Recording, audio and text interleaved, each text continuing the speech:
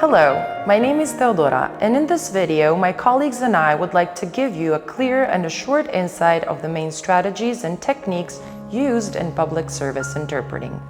But first of all, let's clarify some important notions in order to know exactly what we're talking about.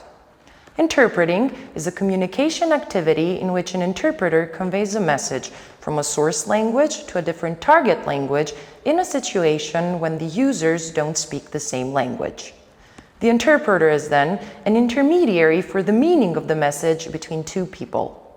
Having in mind that we are speaking about communication, the message has to be as clear and transparent as possible in order to avoid misunderstandings.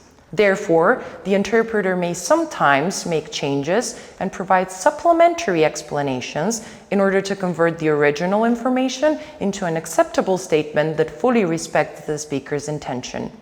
So the interpreter has to bridge the cultural and conceptual gaps that exist between two languages. Also, the interpreter as such fully participates in the interaction, and it can be said that they are an integral part of the communicative process.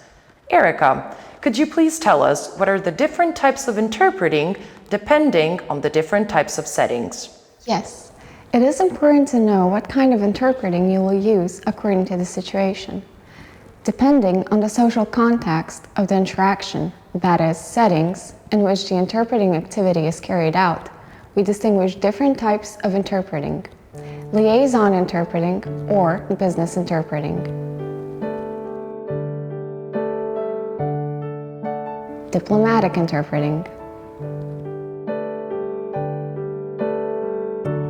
military interpreting,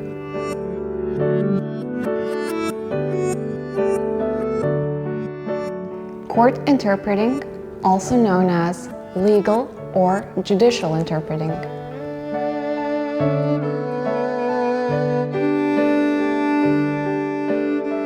community interpreting or public service interpreting, as known in the UK, or cultural interpreting in Canada.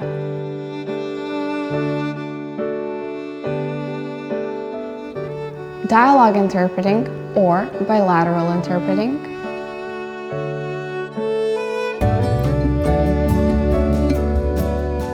conference interpreting or international conference interpreting,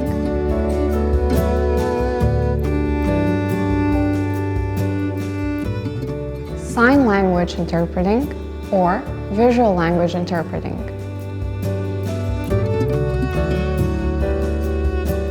media, broadcast, or TV interpreting.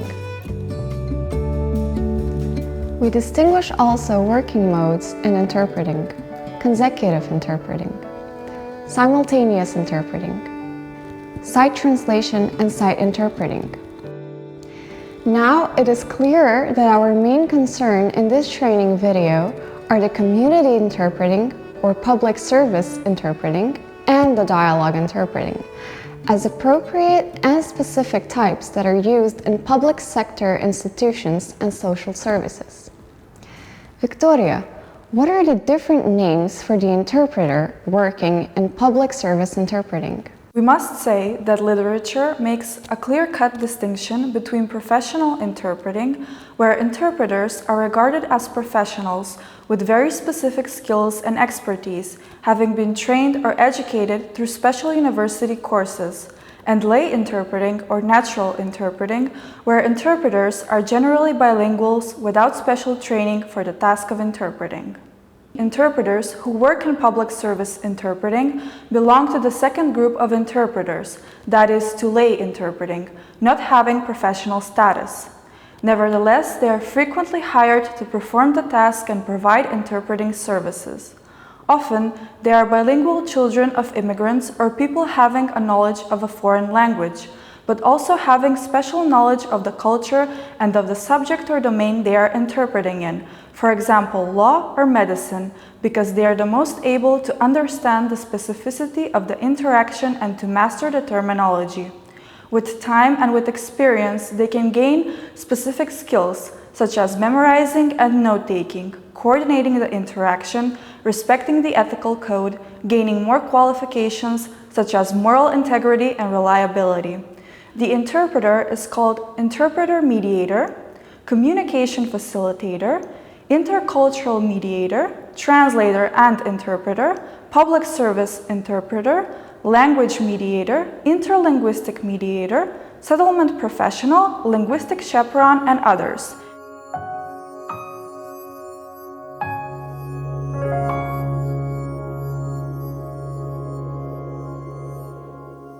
Mila will now tell you what the main interpreter's tasks are. The interpreter's main tasks are processing the information and communicating.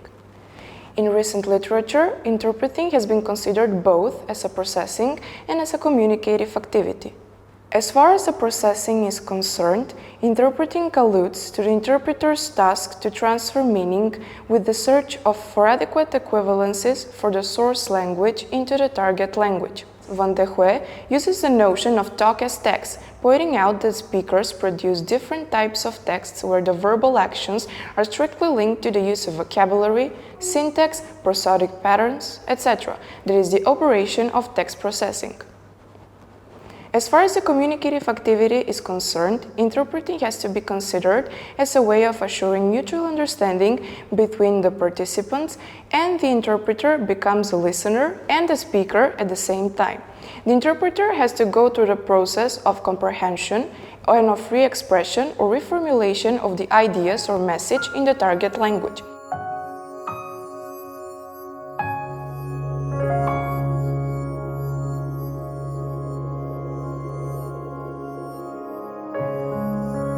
The notion of talk as activity for Van de Hué has to be understood as an interaction, as a communicative act, where the actors involved are understanding the verbal actions produced in a concrete situation, they're making sense, and then they're grasping the real speaker's intention. Those two talk's conceptions can be upgraded with the previous general knowledge the interpreter has considering the lexical, social-cultural, and specialized background of the speakers and the situation. The interpreter would then be forced to paraphrase, explain, clarify, or simplify in order to achieve the needed balance as not to empower or disqualify someone in the interaction. So, the interpreter working in public service interpreting uses strategies and techniques. Eva, can you tell us more about it? The interpreter's task is a very difficult one, having in mind that except from being cognitively fully mobilized by the information processing and the communicative activity, often he faces different kind of problems or obstacles in doing so. In order to facilitate his work, the interpreter must acquire reflexes, automatisms, and attitudes that are known as strategies and techniques, or tactics, that can be worked out and trained. But let's see what a strategy is in the context of interpreting. Strategies are developed when we are confronted with a problem. So we try to find the best solution to a specific difficulty that arises from the input during the cognitive processing in order to meet certain expectations and norms. Translation strategies may be linguistic, extra-linguistic, instrumental, or pragmatic.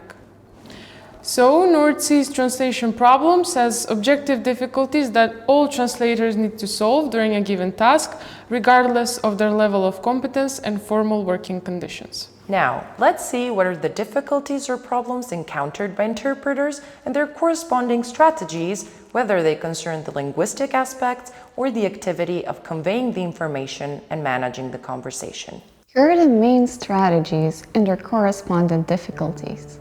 We advise to use them when confronted to the listed difficulties. Listening and understanding. Monitoring and correction as a general strategy for the interpreter's production. Compression, condensation, or reduction. Anticipation is the production of a sentence constituent before the corresponding one has appeared in the source language.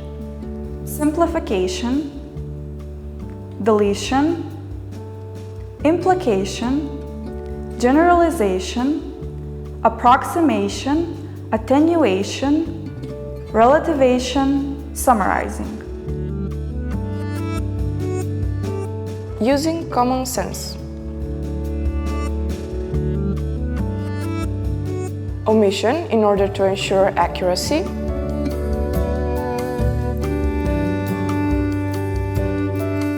substitution,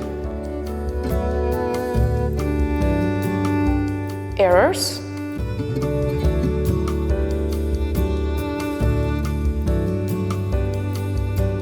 additions of information in order to ensure accuracy, memorizing, neutralization or evasion, explication or explicitation,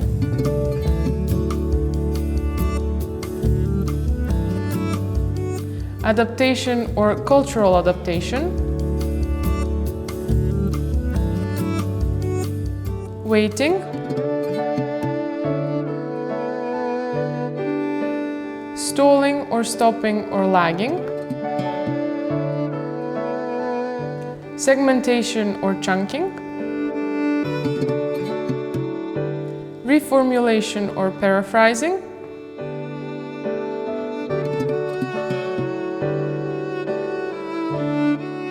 restructuring. Note-taking is a highly individualized system of taking notes in order to retrieve from memory the macro structure of the discourse, its cohesive interconnections, and information at micro level. Strategies, techniques, and tactics preceding or following the cognitive processing in order to be prepared beforehand for the act of interpreting.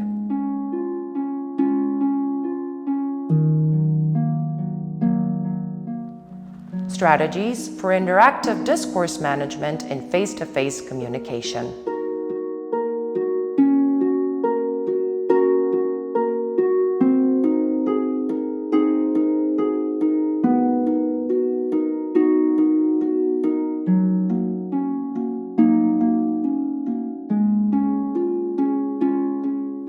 We understand that a strategic approach to interpreting can facilitate the interpreter's role in conveying the messages and all the subtleties that are necessary for a good communication, with the objective not to impair the parties' interests.